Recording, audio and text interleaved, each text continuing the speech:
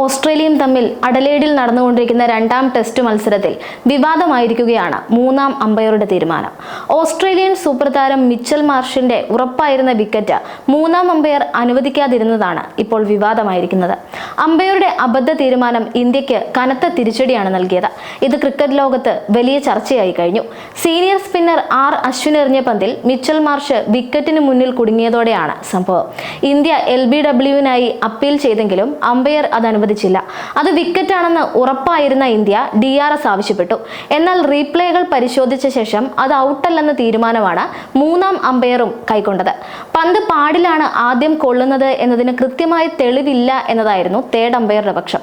എന്നാൽ front on റീപ്ലേകളിൽ പന്ത് ആദ്യം കൊള്ളുന്നത് പാടിൽ തന്നെയാണെന്നത് വ്യക്തമാണ്. പന്ത് സ്റ്റമ്പിൽ കൊള്ളുമെന്നാണ് ബോൾ ട്രാക്കിങ്ങും കാണിച്ചത്. എന്നാൽ പാടിലാണ് പന്ത് ആദ്യം കൊള്ളുന്നത് എന്ന് വ്യക്തമാക്കുന്ന തെളിവില്ല എന്നത് ചൂണ്ടിക്കാട്ടി ഓൺഫീൽഡ് അമ്പയറോട് നോട്ട് ഔട്ട് തീരുമാനം നിലനിർത്താൻ മൂന്നാം അമ്പയർ ആവശ്യപ്പെടുകയായിരുന്നു. ഇന്ത്യൻ താരങ്ങളെയും ആരാധകരെയും മാത്രമല്ല കമന്റേറ്റർമാരെയും മൂന്നാം അമ്പയറുടെ ഈ തീരുമാനം ഞെട്ടിച്ചു. പന്ത് പാടിൽ തന്നെയാണ് ആദ്യം കൊള്ളുന്നത് എന്നായിരുന്നു കമന്റേറ്റർമാരും ചൂണ്ടിക്കാട്ടിയത്. മൂന്നാം അമ്പയറുടെ നോട്ട് ഔട്ട് തീരുമാനത്തിൽ അമ്പരന്ന വിരാട് കോഹ്ലി പിന്നാലെ ഓൺഫീൽഡ് അമ്പയർക്കരികിലെത്തി പന്ത് പാടിലാണ് ആദ്യം കൊണ്ടതെന്ന് പറയുകയും ചെയ്തു. ഇത്തവണത്തെ ബോർഡർ ഗവാസ്കർ ട്രോഫിയിൽ അമ്പയറുടെ അബദ്ധ തീരുമാനങ്ങൾ ഇന്ത്യക്ക് എതിരാകുന്നത് ഇതാദ്യമായിട്ടല്ല. നേരത്തെ പെർത്തിൽ നടന്ന ഒന്നാം ടെസ്റ്റിലും അമ്പയർമാർക്ക് വലിയ പിഴവ് സംഭവിച്ചിരുന്നു. മത്സരത്തിന്റെ ആദ്യ ഇന്നിംഗ്സിൽ KL രാഹുൽ ആയിരുന്നു അമ്പയറുടെ മോശം തീരുമാനത്തിൽ പുറത്തായത്. പന്ത് ബാറ്റിൽ കൊണ്ടെന്ന് കൃത്യമായി വ്യക്തമാക്കുന്ന തെളിവുകളൊന്നും ഇല്ലാതിരുന്നിട്ടും അദ്ദേഹം ക്യാച്ച് ഔട്ട് ആണെന്ന് മൂന്നാം അമ്പയർ വിധി എഴുതിയിരുന്നു.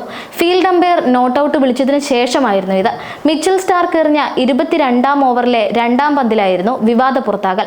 സ്റ്റാർക്കിന്റെ പന്ത് പ്രതിരോധിക്കാൻ രാഹുൽ ശ്രമിച്ചെങ്കിലും താരത്തിന്റെ ബാറ്റിനരികിലൂടെ പന്ത് കീപ്പർ അലക്സ് കാരിയുടെ കൈകളിലെത്തുകയായിരുന്നു. രാഹുൽ ഈ പന്ത് എഡ്ജ് ചെയ്തതാണോ എന്ന സംശയത്തെ തുടർന്ന് ഓസീസ് താരങ്ങൾ അപ്പീൽ ചെയ്യുകയും ചെയ്തു. എന്നാൽ ഓൺഫീൽഡ് അമ്പയർ അത് ഔട്ടല്ലെന്ന് വിധിച്ചു.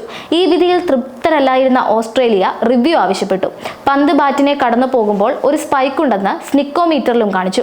വിക്കറ്റിന് പിന്നിൽ നിന്നുള്ള ആംഗിളായിരുന്നു മൂന്നാം അമ്പയർ പരിശോധിച്ചത്.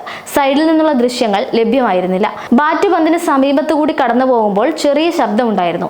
എന്നാൽ ഇത് ബാറ്റ് പാടിൽ കൊള്ളുന്നതിന്റെയാണെന്ന് പിന്നീട് വ്യക്തമായി. ഇതാണ് സ്പൈക്കിന് കാരണമായതും. ഫീൽഡ് അമ്പയറുടെ നോട്ട് ഔട്ട് തീരുമാനം മാറ്റി വിധിക്കാനുള്ള കാരണങ്ങളൊന്നുമില്ലാതിരുന്നിട്ടും മൂന്നാം അമ്പയർ അത് ഔട്ട് വിളിക്കുകയായിരുന്നു.